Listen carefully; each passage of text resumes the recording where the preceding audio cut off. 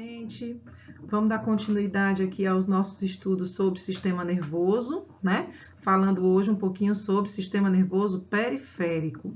Nesse slide a gente vai encontrar tudo sobre sistema nervoso periférico, ok? Muito bem.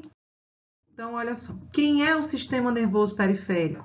O sistema nervoso periférico, gente, nada mais é do que o sistema nervoso que sai do sistema nervoso central, tá? Lembrando que o sistema nervoso central é constituído por quem? Pelos órgãos que constituem o encéfalo, onde o maior é o cérebro, e pela medula espinhal, ou medula espinal, que desce aqui na coluna vertebral, né? Então, partindo do encéfalo e da medula espinhal, existem os nervos e os gânglios nervosos, cuja função do sistema nervoso periférico, gente, é interligar o central a todas as partes do nosso corpo, a tudo aquilo que nos vai fazer funcionar, ok? O sistema nervoso periférico vai ser constituído por duas estruturas básicas, os gânglios nervosos e os nervos. Rose, mas quem são esses gânglios nervosos que eu nunca ouvi falar? Gente, os gânglios nervosos, na verdade, são corpos de neurônios, tá? Que formam formam gânglios, normalmente bem próximos à medula espinhal. Lembrando que lá no sistema nervoso central, esses corpos de neurônios, eles vão constituir aquela massa cinzenta, né? Responsável por pensar, responsável por elaborar as respostas. Aqui ele vai formar gânglios, vai formar estruturas que muitas vezes também armazenam algumas estruturas, armazenam funções, tá certo? Já os nervos vão ser constituídos por quem? Os nervos vão ser constituídos por nada mais, nada menos que pelos axônios dos neurônios, cuja função, né, vai ser unir o sistema nervoso central aos órgãos periféricos, à musculatura, né, além de serem os responsáveis pela transmissão dos impulsos nervosos. Os nervos, gente, eles são divididos em nervos espinhais e nervos cranianos. Os nervos espinhais, também chamados de raquidianos, são os que vão partir da medula. Já os cranianos vão partir do encéfalo. Vamos já conversar sobre eles. E existem 3 tipos de nervos: os nervos mistos, os nervos eferentes e os nervos aferentes. Rose, o que é que significa cada um desses? Gente, os nervos, como eu já disse, correspondem a feixes de fibras nervosas envolvidos por tecido conjuntivo. Bem aqui, ó, a gente tem os gânglios nervosos e aqui a gente tem um nervo, tá? O nervo vai ser serão constituídos pelos axônios, tá? E revestidos por tecido conjuntivo, tanto que num nervo eu posso ter tanto neurônios que chegam com a informação, quanto neurônios que partem com a informação. Esses são nervos mistos, inclusive. Vamos já conversar sobre eles, tá? E essa subdivisão dos nervos ocorre, olha só, em duas categorias. Os nervos espinhais, constituídos por 31 pares de nervos. Olha só, essa informação é uma informação muito boa, porque esses nervos espinhais, gente, eles vão partir, como eu já disse, lá da medula espinhal, tá? Por isso eles também são chamados de nervos raquidianos. Eles são responsáveis por inervar o tronco, os membros e algumas regiões específicas da cabeça, pouquíssimas. Por quê? Porque a cabeça e o pescoço, gente, serão coordenadas pelo que a gente chama de nervos cranianos, que são constituídos por 12 pares de nervos que vão inervar a cabeça, os olhos, musculatura da cabeça, do pescoço, tá? Mas tem um desses nervos que vai inervar o nosso tronco, tá certo? Desses 12 pares, tem um que inerva o tronco. E olha só que interessante isso daqui, ó. A gente tem aqui nessa imagem os 12 nervos cranianos e os 31 pares de nervos espinhais, tá? Gente, os 12 pares de nervos cranianos, cada par recebe um nome. Aqui a gente tem nervos mistos e a gente tem nervos sensitivos, tá? Já nos nervos espinhais, a gente tem todos eles como sendo nervos mistos, ou seja, eu tenho aqui em um mesmo nervo, nervos sensitivos e nervos motores, nervos aferentes e nervos eferentes. Aqui na cabeça, eu tenho nervos mistos e eu também tenho nervos sensitivos, tá certo? E tenho nervos motores, por exemplo, o nervo trigêmeo, que inerva, por exemplo, aqui essa musculatura, o nervo 5, né? Cada um deles recebe um nome e um algarismo romano, tá? Ele inerva, por exemplo, aqui esse músculo. Para quem não sabe, esse músculo aqui, gente, chama-se masseter, tá? É um dos músculos mais potentes que nós temos no nosso corpo. Ele é o responsável por fechar aí a nossa mandíbula, tá? E o nervo trigêmeo, ele é um nervo, por exemplo, motor, apenas motor. Ele só recebe a informação do cérebro, no caso do encéfalo, né, para poder realizar essa ação, tá? Já o nervo óptico, por exemplo, olha só, ele recebe a informação e manda lá para o encéfalo, né, para que ele possa realizar, para que ele possa devolver a resposta através de outras fibras para que a gente possa enxergar a partir da luz que ele recebeu, ok? Olha só, nervos aferentes, também chamados de nervos sensitivos, eles recebem a informação da periferia do corpo e levam para o encéfalo, ok? Para que ele possa realizar a ação. Diferente dos nervos motores, que mandam a informação do sistema nervoso central para os músculos ou para as glândulas. No caso dos músculos, para que haja a contração. No caso das glândulas, para que elas possam liberar as suas secreções, ok? Já os nervos mistos, como eu disse, são constituídos por fibras sensoriais e motoras. Os nervos raquidianos ou os nervos espinhais são todos eles constituídos por nervos mistos. Olha só. Nessa imagem, a gente consegue perceber tranquilamente, né, o nervo misto, né, que é o nervo espinhal, olha só, chegando aqui atrás com a raiz sensitiva e partindo aqui na frente com a raiz motora. A gente já viu isso quando falamos em arco reflexo, ok? Só que aqui agora a gente está falando em nervos, beleza? Gente, o sistema nervoso periférico, ele acaba tendo ainda aí outras duas subdivisões, tá? Funcionais. E essas subdivisões funcionais do sistema nervoso periférico são o sistema nervoso somático e o sistema nervoso autônomo.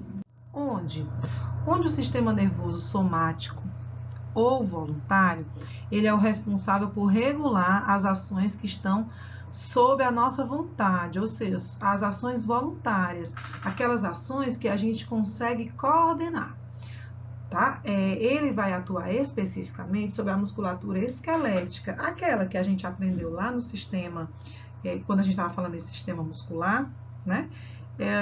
Que funciona sob a nossa vontade, a musculatura da contração voluntária, que é a musculatura esquelética, ok?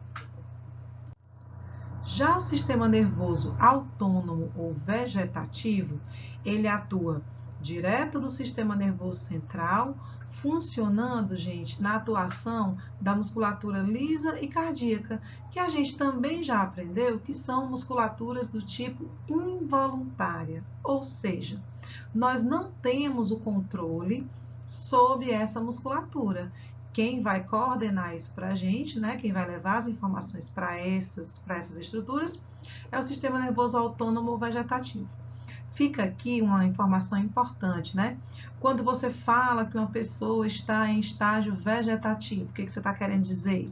Você está querendo dizer que essa pessoa está apenas com o seu sistema nervoso autônomo funcionando. Ou seja, é a formação da urina, a gente tem aí também os batimentos cardíacos, sistema digestório funcionando, tá certo? Isso acontece muito de você dizer, às vezes a pessoa tá em coma, né? Aí você diz assim, fulano tá só vegetando, e aí você não tem ideia, muitas vezes, do que isso quer dizer. Mas é isso, tem relação com esse sistema nervoso, ok?